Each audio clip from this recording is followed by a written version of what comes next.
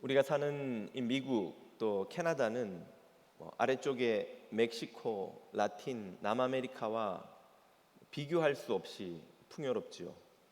왜 여기는 이렇게 풍요롭고 저 아래쪽은 왜 그렇게 어려운 삶을 살아야 할까? 유럽은 아프리카, 남아메리카를 오랫동안 식민지로 정복했었지요. 유럽은 어떻게 그렇게 부강해서 다른 나라를 다스릴 그런 힘을 비추겠을까? 지도를 놓고 보면 북반구의 유라시아 대륙과 남반구의 아프리카, 남아메리카, 또 남아시아 등의 지역의 그 정치, 경제, 사회, 문화적 격차가 아주 참 큽니다. 도대체 왜 북반구의 이 땅, 이 나라들은 이렇게 풍요롭고 부강한 것일까? 남반구는 왜 그들과 큰 격차를 가지고 또 때로는 그들에게 압제를 당하며 고통을 당했을까? 한 번쯤 누구나 생각해 봤을 법한 이 문제의 답을 예전에 한때는 인종의 우열 때문이라고 여겼습니다. 백인들이 우수한 DNA를 타고났으니까. 그러나 오늘날은 그렇게 믿는 이들은 거의 없죠. 세계적인 스테디셀러가 된 제레미 다이아몬드의 총균 쇠는 그 답을 자리를 잘 잡았기 때문이다 라고 합니다. 자리를 잘 잡았다는 게 무슨 뜻인가? 인류 역사를 한번 되돌아보면 인류의 문명이 시작된 지역은 공통점이 있는데 그 지역의 기후, 식생이 모두 야생 식물의 작물화, 야생 동물의 가축화를 시도하기에 아주 적합한 환경이었다는 것이죠. 그런 좋은 환경에 자리 잡았기 때문에 빨리 다른 지역보다 많은 야생 동식물을 작물화해서 재배하고 가축화해서 목축을 해서 많은 식량 생산이 가능했다는 겁니다. 식량이 늘어나니 사람들이 모이고 사람이 모이니 이런저런 변화가 시작되었는데 그 중에 하나가 전염병이죠. 세균으로 인한 전염병이 퍼지니까 병이 지나가고 난 후에 면역을 그 지역에선 갖게 됐다는 거죠. 팬데믹을 겪은 우리로서는 너무나 이해하기 쉬운 이 사건이죠. 원리입니다. 또 철기 문화를 다른 지역보다 더 빨리 일으킬 수 있었고 총으로 대표되는 여러 기술 문명의 도구를 빨리 발전시키고 만들어내어서 주변 지역을 압도할 만한 힘을 그 지역에서는 갖게 됐다는 겁니다.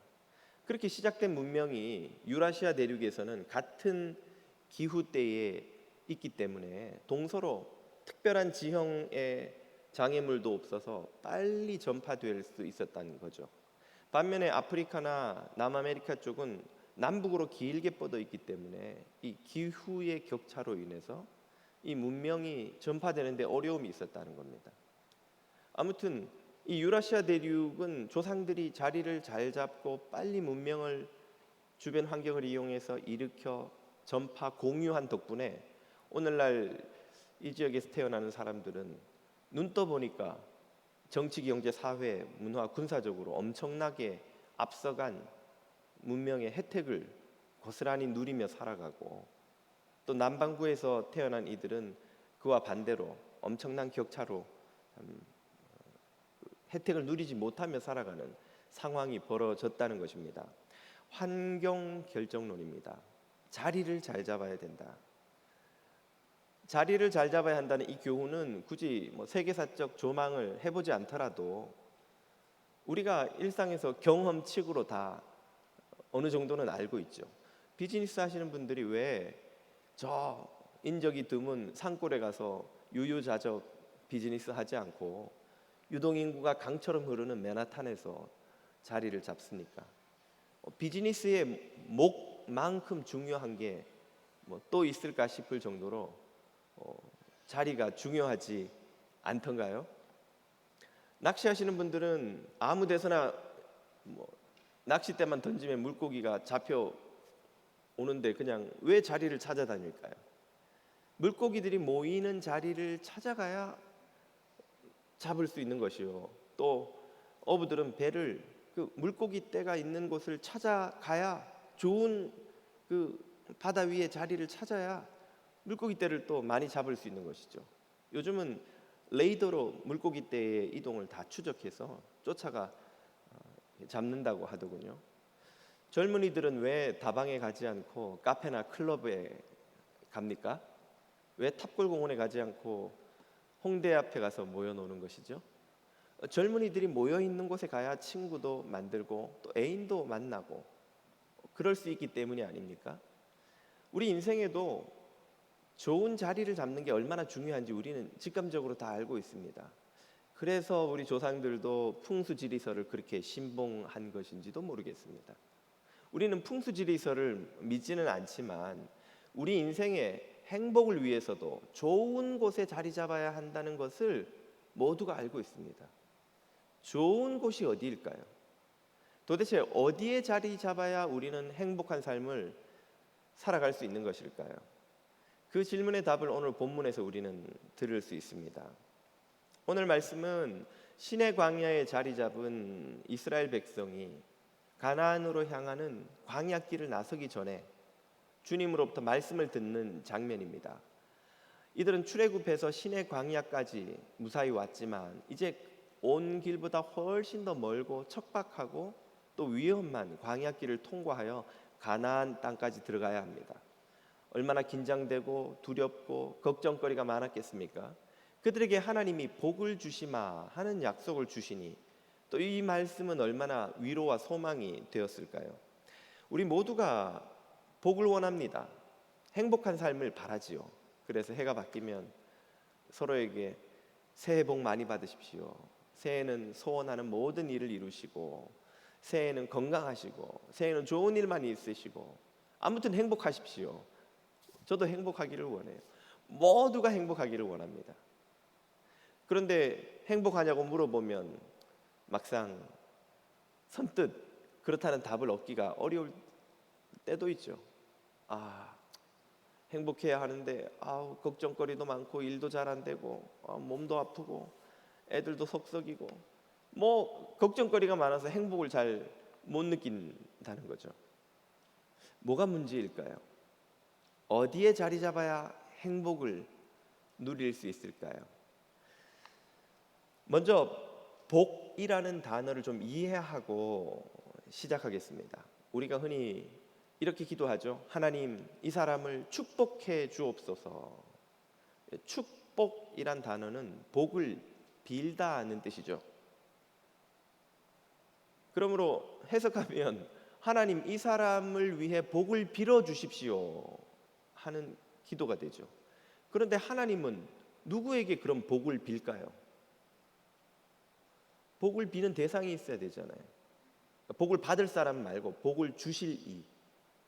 하나님은 누구에게도 복을 비실 이유가 없는 분이에요. 하나님 당신이 복의 근원이시니까. 하나님 당신은 복을 주시는 분이죠.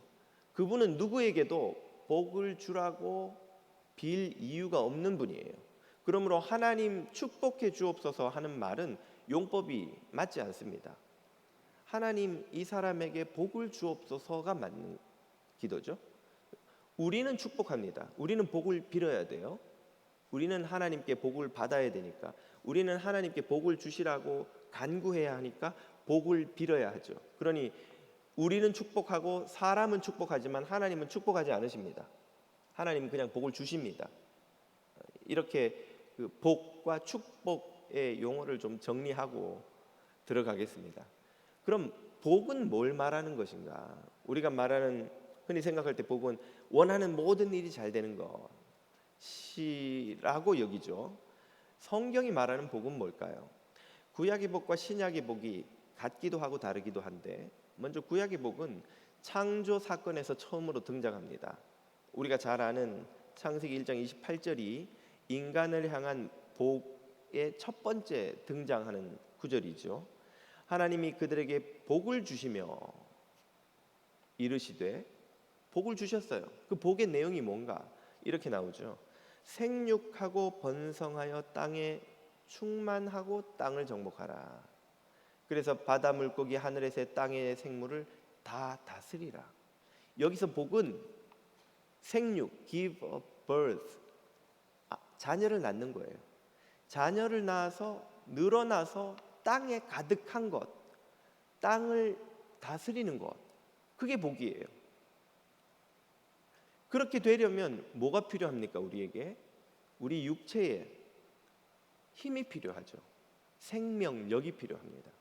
쉽게 말하면 몸이 건강해야 된다는 거예요. 건강해야 잘 자라서 자녀도 낳고, 그 자녀가 또 건강해야 또 자녀를 낳고, 그래서 번성하죠. 늘어납니다. 그러면 땅에 가득해지죠. 충만하고 땅을 다스립니다. 그 모든 것이 가능케 하는 힘은 바로 육체에 깃드는 힘, 생명력이에요. 구약의 복은 육체에 깃드는 생명력을 가리킵니다.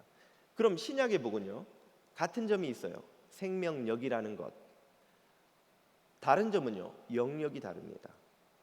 신약의 복은 생명력이기는 한데 육체를 넘어서 영에 깃드는 생명력이에요. 신약에서 행복, 복을 이야기하면 아마 가장 유명한 이 구절을 빼놓을 수 없겠죠. 산상설교에서 팔복을 선언하실 때의 한 대목을 보십시오. 5장 3절이죠. 심령이 가난한 자는 복이 있나니. 이렇게 시작해서 8가지 복을 설명하십니다. 번역을 조금 다르게 해보면 심령이 가난한 자는 행복하니, 심령이 가난한 자에게는 하나님이 복을 주시나니, 이렇게도 읽을 수 있습니다. 자, 그 하나님이 주시는 그 복은 뭔가? 천국을 소유하는 복이에요. 천국을 차지하는 복이에요. 구약에서는 뭘 차지합니까? 땅을 차지하죠.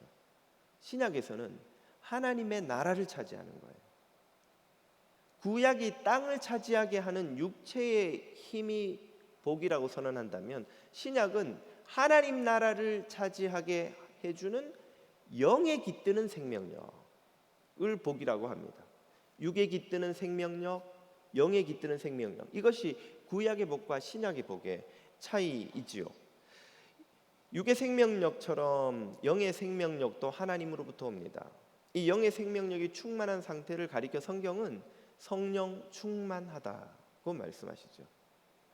이 육의 생명력과 영의 생명력 둘 중에 무엇이 더 중요하고 좋은 것일까요? 우리는 언뜻 생각하기에 말은 그렇게 안 하지만 영의 생명력보다는 육의 생명력이 더 중요하다 여깁니다. 오늘 예배를 제대로 안 드리고 내 마음이 좀 힘들고 그래도 우린 살만하다 생각하지만, 몸이 아프면, 배가 아프면, 머리가 아프면 그 밤을 못 넘기죠. 당장 약을 먹든지 병원을 가든지 몸 아픈 걸 견디지 못합니다. 본능적으로 육의 생명력이 우리에게 더 중요하다 여깁니다만, 바울은 좀 다르게 믿었습니다. 고린도후서 4장을 보십시오. 그러므로 우리가 낙심하지 아니하노니 우리의 겉사람은 낡아지나 우리의 속사람은 날로 새로워지도다. 육의 생명력은 expire 됩니다. 시한이 있어요. 길지 않아요. 육의 생명력은 길어봐야 100년이 안 되고, 그 생명의 화려한 시기도 인생의 젊음 잠깐 한 1, 20년이 넘어가지 않아 사그라들기 시작하죠. 그러나 영의 생명력은 expire 되지 않습니다. 시한이 없어요. 영원합니다. 그리고 시간이 지나면 지날수록 육의 생명력과 반대로 점점 충만해집니다.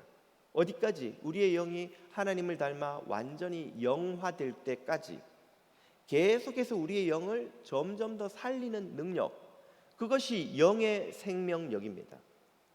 그러므로 바울은 육의 생명력보다 영의 생명력이 더 귀하고, 그것이 우리에게 있기에 우리에겐 소망이 있다고 가르치죠.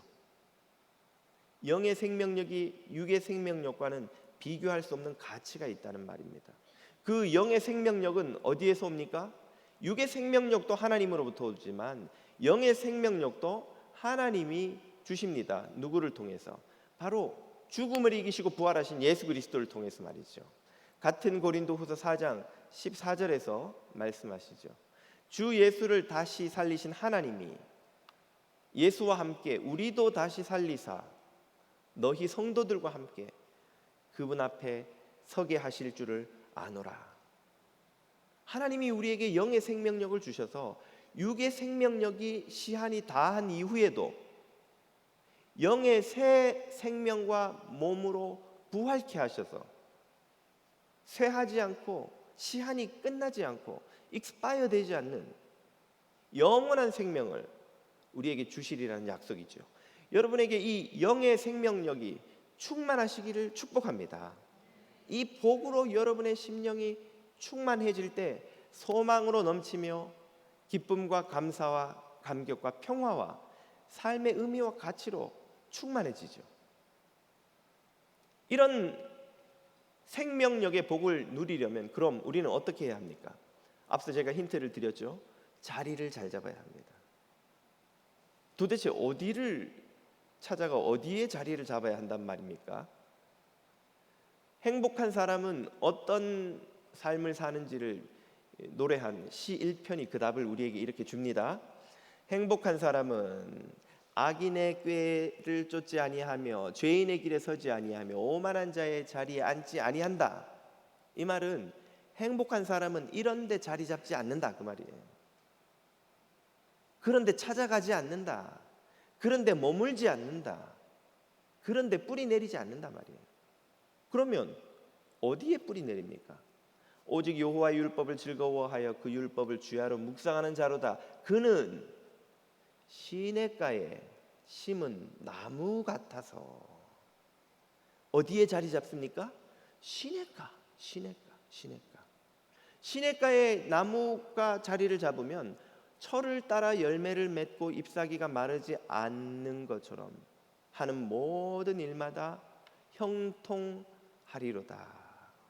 자리를 시냇가에 잡아야 되는 거예요. 시냇가. 시냇가가 그러면 어디입니까? 여러분 시냇가가 어디일까요? 시냇가는 바로 교회입니다. 교회. 교회가 왜 시냇가예요? 교회에 강이 흐르거든요.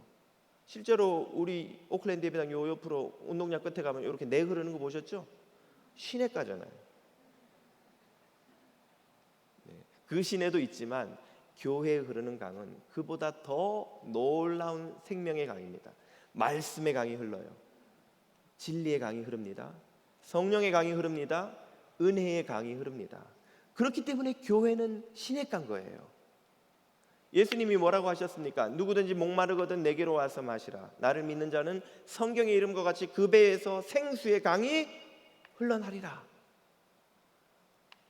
예수님에게서 생수의 강이 흘러나와 그 사람 믿는 자들에게 흘러 들어가요. 그 예수님의 몸이 무엇입니까? 교회라고 하시잖아요. 교회. 교회는 그리스도의 몸이요 그리스도는 교회의 머리 되었다 말씀하시잖아요. 그러니까 교회는 생수의 강이 흐르잖아요. 그러니까 교회는 시냇가인 거예요.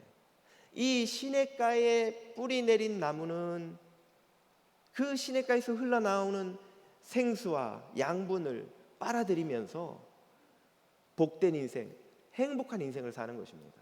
사시사철 푸르른 잎사귀를 맺으며 과일, 열매, 과실을 맺는 것처럼 복된 인생을 사는 거예요.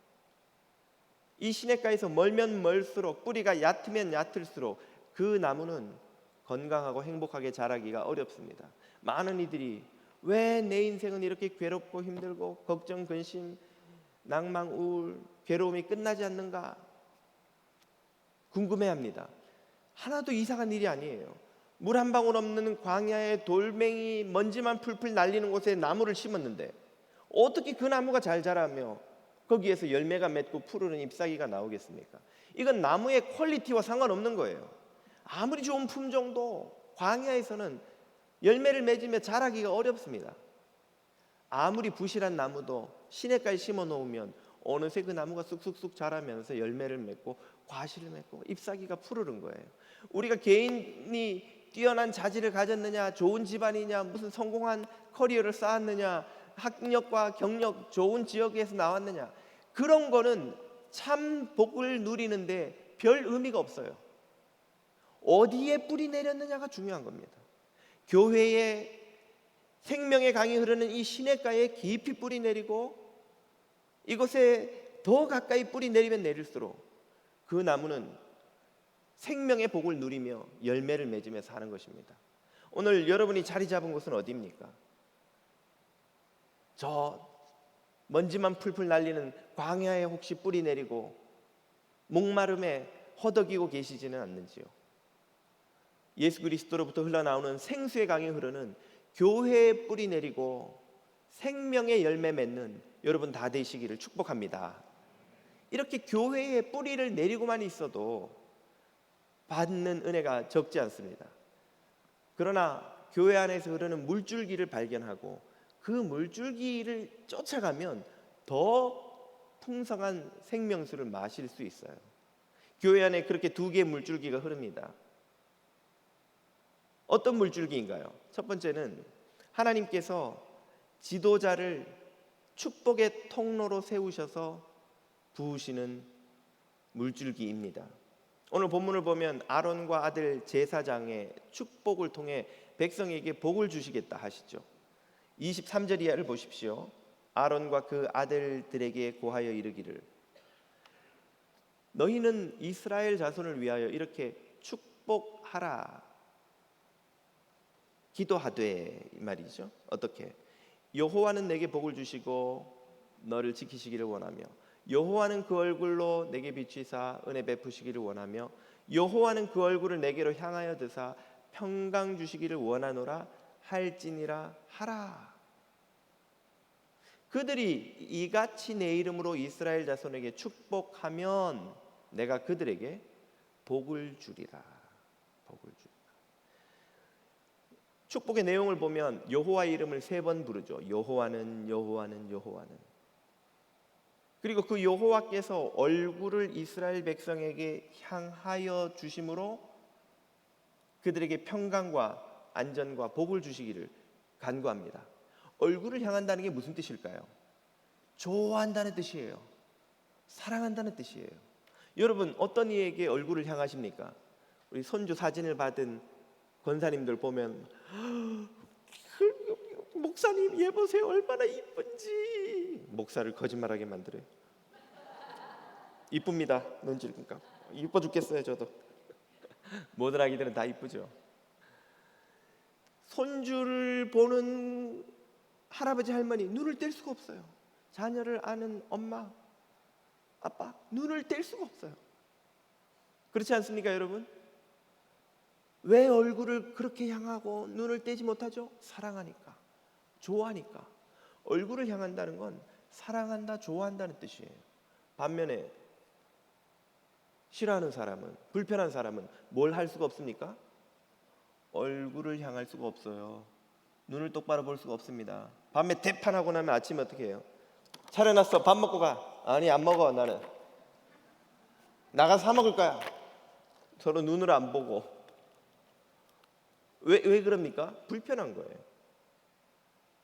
화해할 때까지 그 부부는 눈을 서로 보기 싫죠.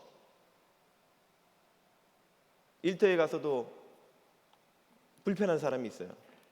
김대리 과장님이 올해 눈을 안 봐요. 얼굴을 향하지 않아요. 왜? 불편하니까, 좋아하지 않으니까. 얼굴을 향한다는 건 엄청나게 좋아한다는 뜻이에요. 여러분 댁에서 가족들이 서로 얼굴을 똑바로 향하고 눈을 서로 마주치면서 웃으면서 서로 대화할 수 있다면 하나님께 정말 감사하셔야 됩니다. 엄청난 복이에요. 교회 왔는데 교인들이 나를 얼굴을 똑바로 향하고 눈을 보면서 웃으며 환영해 주면 그건 엄청난 복입니다. 여러분 어디 가서 그런 환대를 받겠어요? 그런 호의를 받겠어요? 모레 갔더니 저를 막 환영하며 좋아하던데요. 사달라는 뜻이에요. 안 사주면 바로 얼굴 돌립니다. 바쁜데 와가지고 만지기만 하고 그냥 가고. 사주세요 이 뜻이에요. 이해관계가 걸려있지 않는데 여러분에게 아무 이유도 없이 얼굴을 향하고 웃어주고 환영해 주는 건 엄청난 복이에요. 사람이 우리를 그렇게 환대해 줘도 이것이 얼마나 큰 감사요 기쁨인지 모르는데, 하물며 하나님이 우리를 얼굴을 우리에게 향하시고 눈을 똑바로 마주치시고 눈을 떼지 않으시는 거예요. 우리를 보시면서, 여러분을 보시면서 마치 손주를 보는 할아버지 할머니처럼 눈을 뗄 수가 없는 거예요. 주님은 당신의 손바닥에 여러분의 이름을 적어 놓았다 하셨습니다. 여러분을 있는 모습 그대로 주님이 택하셨고 사랑하셨고 긍휼히 여기셨고, 여러분에게 복을 기어이 주시고자 아들을 희생시키시며까지 여러분을 사랑해 주셨습니다. 그 하나님의 얼굴이 여러분에게 한순간도 떨어지지 않고 향하여 있는 줄로 믿습니다. 그 복을 누리시기를 축복합니다. 그 복을 누구를 통해서 주시겠다는 거예요? 아론을 통해서, 제사장을 통해서 주시겠다는 거예요. 아니, 왜 아론을 통해 주시는 거죠? 하나님이 그냥 막 주시면 안 되나요? 이것이 하나님이 만들어 놓은 질서이기 때문입니다. 가정에서는 아버지 어머니의 말씀을 잘 듣는 자녀들이 건강하게 자라죠. 학교에서는 선생님의 지도를 잘 따르는 학생들이 성적이 쑥쑥 올라갑니다. 여행을 가면 가이드의 말을 잘 듣는 여행객들이 안전하고 즐겁게 여행을 하죠. 일터에서는 팀장의 지휘를 잘 따르는 팀원들이 실력이 쌓이고 기여를 하고 그 회사의 중요한 일꾼으로 자랍니다. 이처럼 하나님의 백성 공동체에서도 하나님이 만들어 두신 질서를 따르도록 하시려고 그 지도자를 통해 복을 주시는 거예요. 아론이 훌륭해서가 아닙니다. 아론이 어떤 사람이에요? 모세가 율법 받으러 올라가 있는데 그동안 금송아지 만들어서 온 백성에게 얼마나 큰 아픔을 준 사람입니까? 미리암과 함께 모세에게 도전했다 얼마나 혹독한 꾸지람을 듣나요? 허물이 많은 사람이죠. 그런 아론을 왜 축복의 통로로 삼으십니까? 복이 아론에게서 나오는 게 아니기 때문에 그래요. 이제 아론 아니라 어떤 그 후에 다른 제사장이 들어서도 그들을 통해서 그들이 얼마나 뛰어나냐 아니냐가 복에 미치는 영향이 없기 때문에 그래요. 복은 누구에게서 나옵니까? 창조주 하나님, 구원주 하나님에게서 나옵니다. 그 복의 근원 되신 분으로부터 복이 나오기 때문에 아론이 허물이 많은 사람이라도 그를 쓰시는 거예요. 이 전통을 따라서 사도들도 백성들을, 성도들을 이렇게 축복합니다. 고린도후서 13장을 보십시오.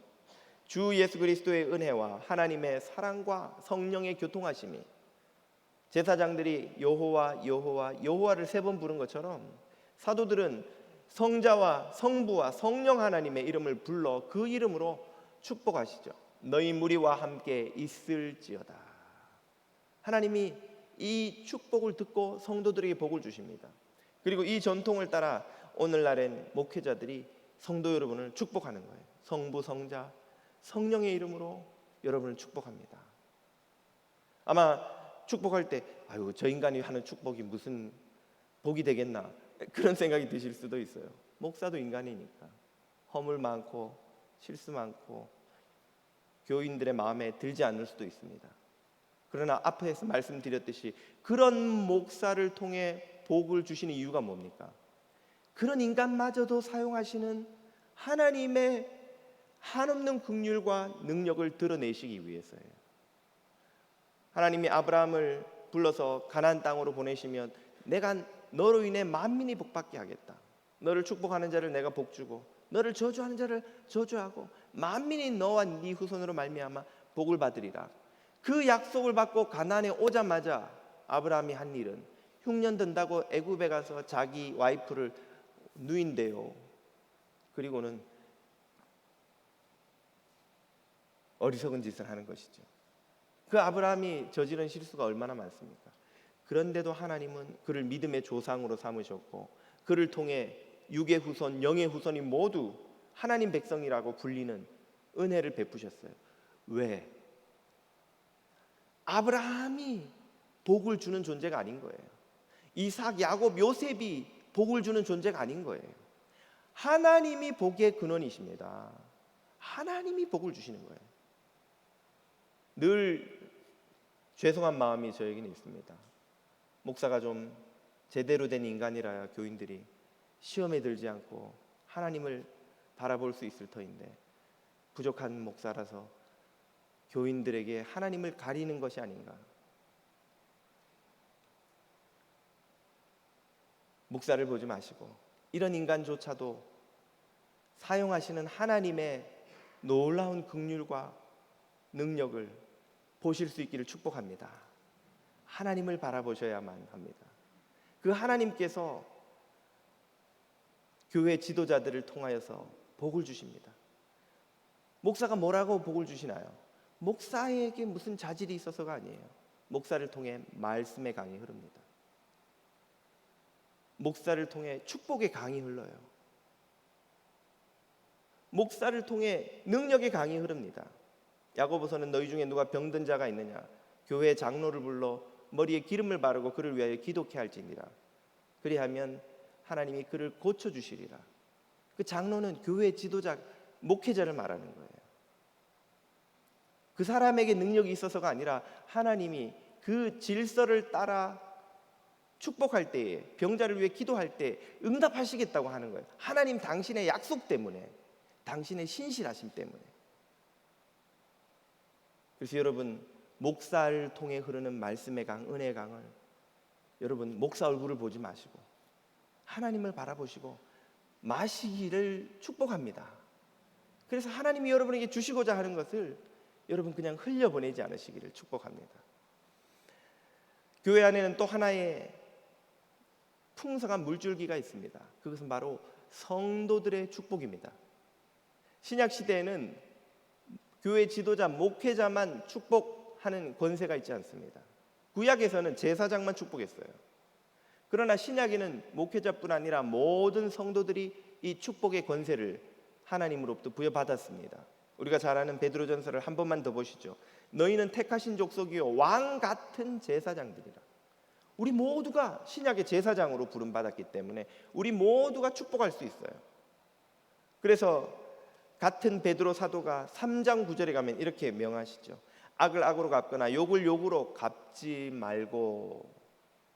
뒤에 배경은 돌에 맞아 죽어가는 스데반이 자신에게 돌 던지는 그 원수들을 향해 축복하는 기도의 장면이죠. 저들은 자기가 하는 일을 모릅니다. 저들의 죄를 사하여 주옵소서. 악을 악으로 갚거나 욕을 욕으로 갚지 말라고 명하시는 이유가 뭡니까? 악을 악으로 갚으면, 욕을 욕으로 갚아서 칼을 휘두르면 그 칼은 반드시 내 심장을 먼저 찌르고 상대를 향해요. 내가 휘두르는 칼은 상대를 찌를 수도 있고 못 찌를 수도 있지만 어느 경우든 반드시 내 마음은 먼저 찌르고 나갑니다. 욕을 하면 가장 상처받는 건 자기 영혼이에요. 여러분 독을 입에 품었다 뿜어보세요. 그 독이 내 몸에는 안 들어갑니까? 누군가를 미워하면 가장 먼저 병드는 건 자기 영혼입니다. 누군가를 저주하면 그 저주는 반드시 나를 통해서 그에게 가요. 그에게는 닿을 수도 있고 안 닿을 수도 있지만 나는 그 저주를 피할 길이 없습니다. 그렇기 때문에 주님은 악을 악으로 욕을 욕으로 갚는 저주의 도구가 되지 말라고 하시죠. 반면에 도리어 축복해 주십시오. 누구를? 너희를 악하게 대하고 욕하는 이에게. 그 말이잖아요. 악을 욕을 우리에게 하는 사람이잖아요. 지금 문맥을 보면 내 원수를 사랑하고 너를 박해하는 자를 위해 기도하라 하신 예수님의 말씀을 야고보 사도가 그대로 인용하고 있는 거예요. 축복해 주십시오. 그것이 여러분의 부름받은 목적 사명입니다. 우리가 왜 여기 있는가? 서로를, 이 세상을 축복해 주기 위해서, 세상을 저주하기 위해서가 아니에요. 저 예수도 안 믿는 인간들 저 다 멸망하고 지옥 가버려라 그러라고 여기 있는 게 아닌 거예요. 주님의 마음을 품고 어찌하든 한 영혼이라도 더 구원코자 우리가 부름받은 거죠. 부르심을 받았습니다. 그렇게 하면 여러분은 하나님께서 약속하신 복을 받게 될 것입니다. 공동번역으로 읽었습니다. 그게 하나님의 복받는 길이에요. 복받는 길. 축복하는 게, 사람들을 축복하는 게 내가 복받는 길입니다. 저주와 복의 원리가 똑같아요. 저주도 마찬가지지만 복도 우리가 축복하면 그게 그 사람에게 복이 될 수도 있고 안 될 수도 있습니다. 예수님이 제자들에게 명하시기를 너희가 어느 마을에든지 어느 집에든지 가거든 먼저 그 집을 축복하라 그랬어요. 그 집이 복을 받을 만하면 그 복이 거기에 임할 것이로되 복을 받을 만하지 않으면 그것이 어떻게 되리라? 그 복이 너희에게 돌아오리라. 우리가 하는 복이 그 대상에게는 갈 수도 있고 안 갈 수도 있어요. 그러나 어느 경우든지 반드시 우리를 통해 갑니다. 우리는 먼저 복을 누리는 거예요. 그리고 나갔다가 임하지 않은 복은 다 우리에게 또 돌아와요. 갑절로 우리에게 임하는 거죠. 그러니까 여러분, 저 사람이 복을 받을 만할까? 저런 인간이 그런 사람일수록 더 축복을 해야 되네요. 그래야 내가 2배로 복을 받으니까. 날 통해서 한번 복이 나갔죠. 나갔다가 갈 데가 없으니까 다시 나한테 주님 말씀대로라면 돌아오는 거 아니에요. 그러니까 미운 사람을 골라서 축복하십시오. 이쁜 사람은 축복해봐야 절반밖에 안 돼요. 내 거 누리고 그 사람한테 가서 거기 머물러 버리니까. 맞습니까 이거? 성경의 말씀이잖아요. 제가 농담처럼 말했다고 이게 진리가 비진리가 되는 게 아니잖아요. 성경이 그렇게 말씀하세요. 축복의 도구가 되는 길이야말로 가장 많이 복을 받는 길입니다. 만나는 모든 사람을 축복하는 거예요. 그러므로 그게 가장 빨리 가장 많은 복을 누리는 길입니다. 수고하는 사람을 감사하고 지친 이들을 격려하고 아픈 이들을 다독이는 말에 무슨 돈이 들어요? 돈 한 푼 안 들고 우리는 축복할 수 있잖아요. 수고하는 이들을 비난하고 지친 이들을 외면하고 아픈 이들에게 더 아픈 말을 해서 상처를 주는 저주의 도구가 되는 것은 주님이 결단코 금하시는 일입니다. 악을 악으로 갚지 말고 욕을 욕으로 갚지 말아라. 그 사람이 왜 악을 행하겠어요? 왜 욕을 하겠어요? 그 사람이 아프기 때문이에요. 병들었기 때문입니다. 그 사람도 어찌할 수 없는 거예요. 여러분, 병원에 누워서 진통제 좀 주세요 하는 사람을 비난할 수 있어요? 여러분, 자기도 아파서 소리 지르는데 어떻게 하겠어요? 여러분에게 악을 행하고 욕을 하는 사람들을 주님의 눈으로 한번 들여다보십시오. 아프다고 소리를 지르는 거예요. 나 아파요. 나 무시당했어요. 나 외로워요. 나 열등감에 마음이 다 찢어졌어요. 나 상처받았어요. 나 사람들이 인정 안 해줘요. 인정해 줄 때까지 욕하고 괴롭히고 사람들에게 악을 행하는 거예요. 아픈 겁니다. 아픈 거예요. 아파서 그러는 거예요. 그런 이들에게 똑같이 악으로 욕으로 돌려주는 것이야말로 나도 같이 병드는 길이죠. 주님은 우리가 저주의 도구가 아니라 축복의 도구가 되기를 명하십니다. 오늘 여러분 곁에 축복이 필요한 사람이 누군지 한번 떠올려 보세요. 우리 집에 혹시 내 축복이 필요한 아픈 이들은 없는가? 우리의 일터에, 우리 구역에, 내 곁에 내 축복이 필요한 사람은 없는가? 우리가 축복의 도구가 될 때 주님께서 우리를 통해서 이 세상을 하나님 나라로 바꾸어 가십니다. 생수의 강 교회에 깊이 뿌리를 내리고 세상 모든 이들을 축복하여 예수 그리스도의 복을 전하는 저와 여러분이 다 되시기를 주님의 이름으로 축복합니다.